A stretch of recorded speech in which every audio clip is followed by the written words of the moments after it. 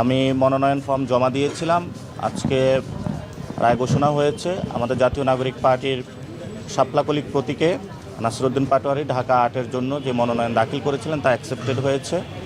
আমরা আল্লাহর দরবারে শুকরিয়া আদায় করি যে আমরা একটি গণতান্ত্রিক পথে উত্তরণ করতে যাচ্ছি।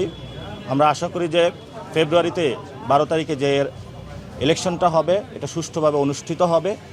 তবে আমাদের কিছু অস্বস্তির জায়গা রয়েছে, যেমন আজকে আমরা দেখলাম যে জাতীয় পার্টির প্রার্থী রয়েছে, পুরো বাংলাদেশে জাতীয় পার্টি প্রার্থী দিচ্ছে, এটা আমাদের একটা অস্বস্তির জায়গা রয়েছে।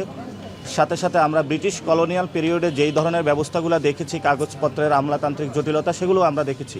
সকলে আমরা মিলিয়ে একটি ডিজিটাল বাংলাদেশ উপহার দিব যাতে এই ধরনের আমলাতান্ত্রিক জটিলতা না থাকে।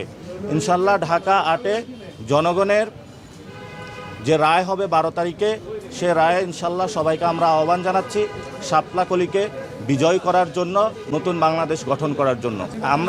আমরা এই অফিসে যতটুকু দেখেছি সেখানে ওনাদের নিরপেক্ষতা দেখেছি এবং সকলের সামনে ওনারা কথা বলেছেন, কিন্তু বিভিন্ন জায়গায় যেমন দেবিদ্বারে সেখানে ঋণ খেলাপি যেটা হলো হাসনাত আবদুল্লাহ আপত্তি তুলেছিলেন, সেটার এখনও সুরাহা করা হয়নি এবং বিভিন্ন জায়গাতে আরও আছে প্রশাসন বিএনপির দিকে ঝুঁকে পড়েছে, তারা সেই বিষয়গুলো আপত্তি তুলেছেন। আমরা এই পর্যন্ত এখানে আপত্তি পাইনি। আমরা মনে করি ঢাকা ৮-এ পলিসি বেসড একটি সুষ্ঠু ইলেকশন হবে, এখানে পেশি শক্তির কোনো মহড়া হবে না, মাফিয়াতন্ত্র কায়েম হবে না।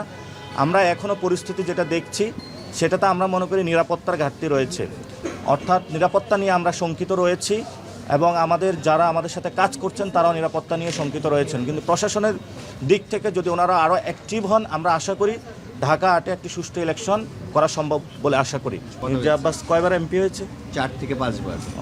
আপনি আরেকটু ডেটা ক্যালকুলেশন করে দেখবেন, ওনার জয়ের চেয়ে